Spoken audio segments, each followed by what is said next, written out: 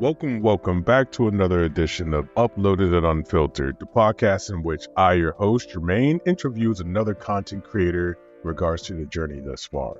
Not only do we do interviews, but we also talk about mindset concepts, tips and tricks on how to get your content done, and other fun stuff regarding the content creation world.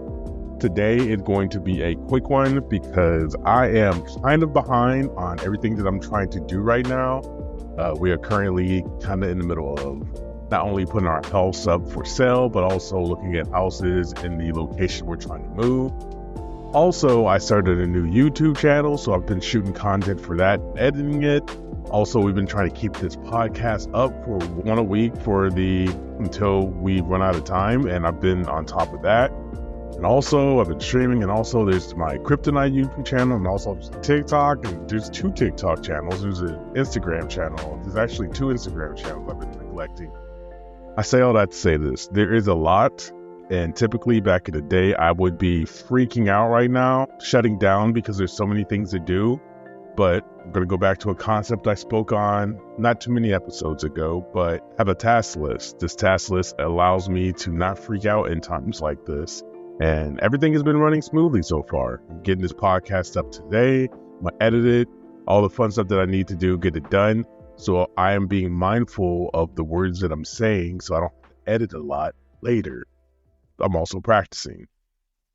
So before I get into what I wanted to talk to, which is going to be TwitchCon 2024 in San Diego this year, before I get into that topic, I just wanted to touch on some of the things that I've been running through the last week and how I've handled those new challenges. So I have a new YouTube channel, maybe not new to some of you, but new to most.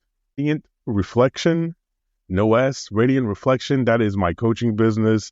I started up a YouTube channel because there's a lot of mental health concepts and just mindset concepts in general that I want to start talking about, that I talk to my wife a lot about, and I need to start sharing that with people who it would benefit from. So my bad for holding out on that content, but it is coming.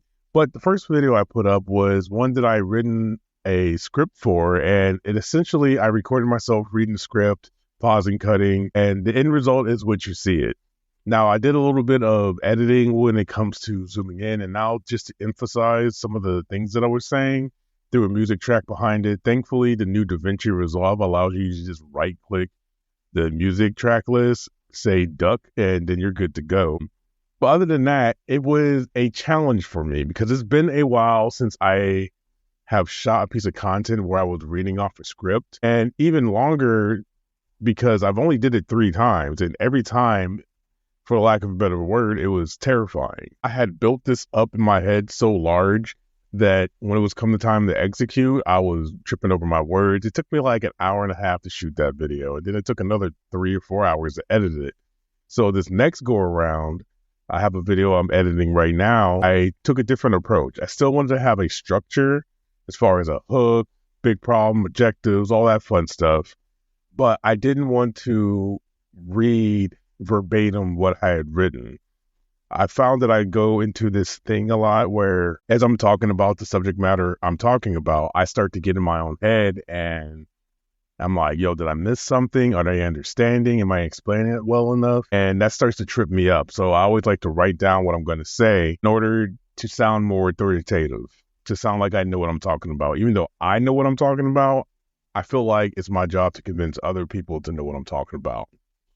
So first video, I did the script, I did it, I edited it, and if this was any other time in my life, I would have shut that shit down because it was not to the standard that was in my head. But I need to make mistakes, I need to put content out there, and then reassess once I get feedback or once I go through the process. I'll know what I like and I didn't like. So that's what happened with this first video. I am proud of it. I'm glad I got it out there. I was talking a lot of good stuff that a lot of people need to hear. But this next video that I'm doing is on getting started, even if you don't feel ready to do so. And it was very exciting for me to get in there and actually talk my knowledge to the camera. So this time I went a different approach. I did an outline And I wrote bullet points for the things I wanted to say, and the things that I did not want to forget, I written out and I read those. But for the most of it, it was off the top of my head. And I feel like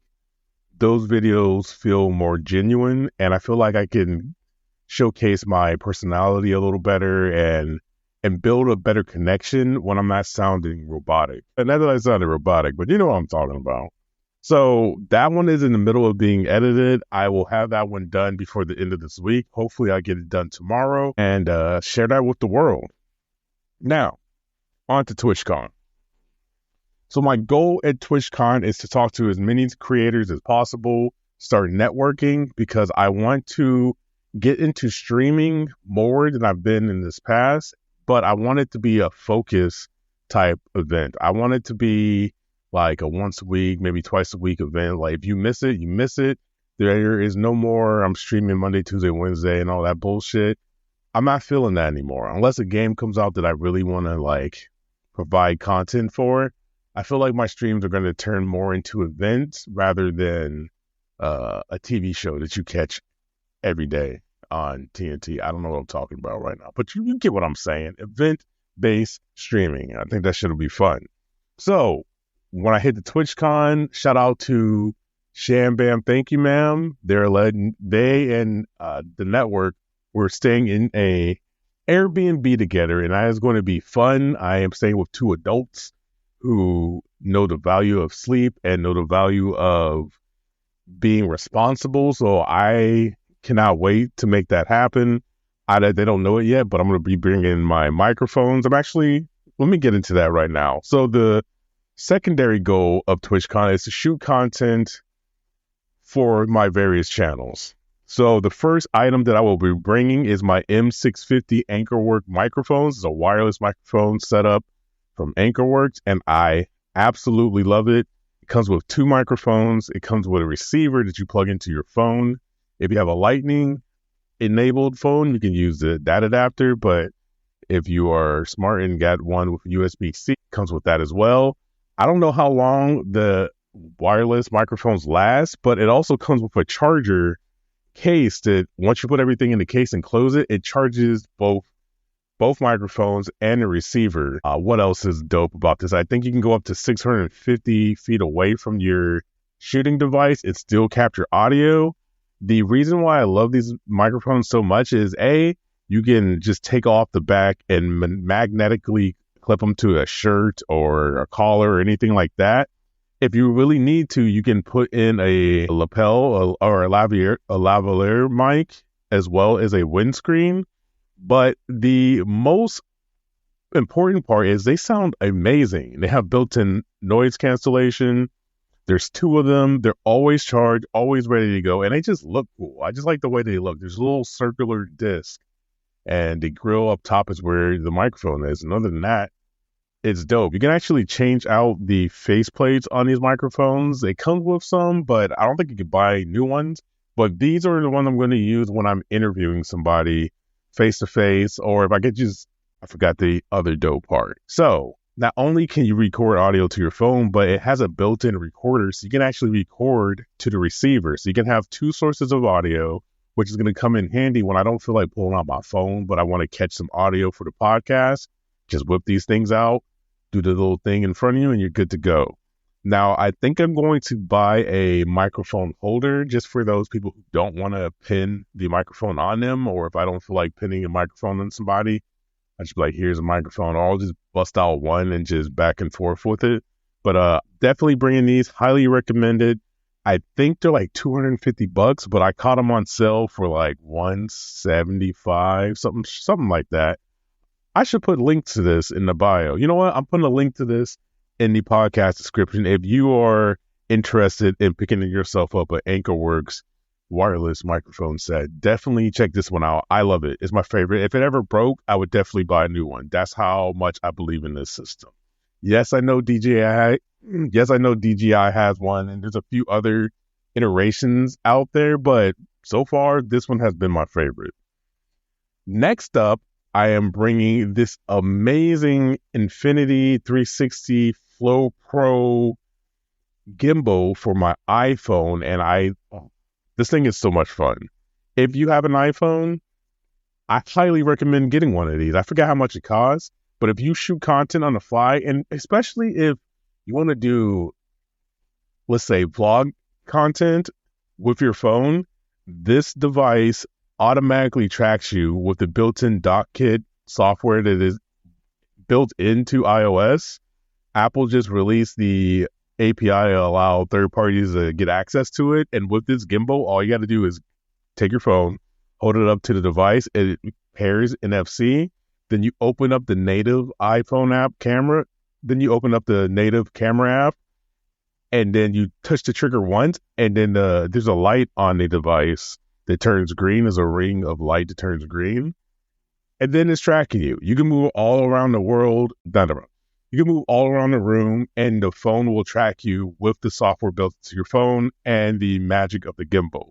Comes with a built-in tripod. It's kind of crap, but it gives you more holding room on the gimbal itself if you have big hands like me. I highly suggest getting another tripod. I have a few tripods. I'm going to bring two of them. One is a smaller one and one that extends longer if I needed to. But I am going to be shooting all types of content at TwitchCon with this device. The plan is to shoot a vlog every day, essentially start the day off with some live content. Then throughout the day, just capture the essence and the feel, the vibe of TwitchCon. At the end of the day, do a wrap-up video to capture everything that I did, just in case I forget it. And then when I get home, I'll edit all that stuff into a beautiful vlog. I cannot wait. I'm excited to shoot this vlog. It's been a while since I shot a vlog. They've always fascinated me. I think it was Casey Neistat. He was the first person I saw do a vlog in so many different varied ways. It kind of sparked this interest in my head. So I'm definitely bringing that back. Go check out the Kryptonite channel if you want to see some old keto-esque weight loss journey vlogs. Those were fun to do. I might actually go back and watch some of them just to get some inspiration. But other than that, if you are going to TwitchCon 2024, I believe it's about 17 days away, actually. I think it's September 20th through the 24th. If you see me, come talk to me. I'm a hugger, so if you like to hug, I will hug back. I definitely like to talk. Obviously, I have my own podcast, and I'm definitely interested in networking. So if you have an idea for a concept or a piece of content that you want to do and I can help, hit me up. If you have a stream idea that you want to bang around or you actually want to do, hit me up. And most importantly, if you are in a mental health journey or you're looking to actually start that journey and you want help with that, you can hit me up before TwitchCon, but definitely hit me up if you see me there. I can't say this enough. Having the clarity of wanting to help people make more content has made a lot of things when it comes to content creation easier for me because I know what the end goal is. So with that, I'm going to go ahead and sign off for now. 13 minutes. That's not bad. That's not a bad podcast. The next two episodes are definitely going to be guests. I'm not going to spoil who they are, but I cannot wait to talk to them. Spoiler alert, I talk to them every Thursday, but that's it. That's all I'm going to tell you. If you know, you know. Other than that, I appreciate you listening. Thank you for tuning in and believing in this project that I'm doing here. I know there's a billion podcasts out there and you could be listening to anyone that you want, but you chose to listen to this one, and that I appreciate. Other than that, you know what to do. If you haven't already, go ahead and subscribe to the podcast. Share the podcast with other creators who probably benefit from conversation like these and more. And as always, protect your mental, keep creating content, and I'll talk to you in the next one. Peace.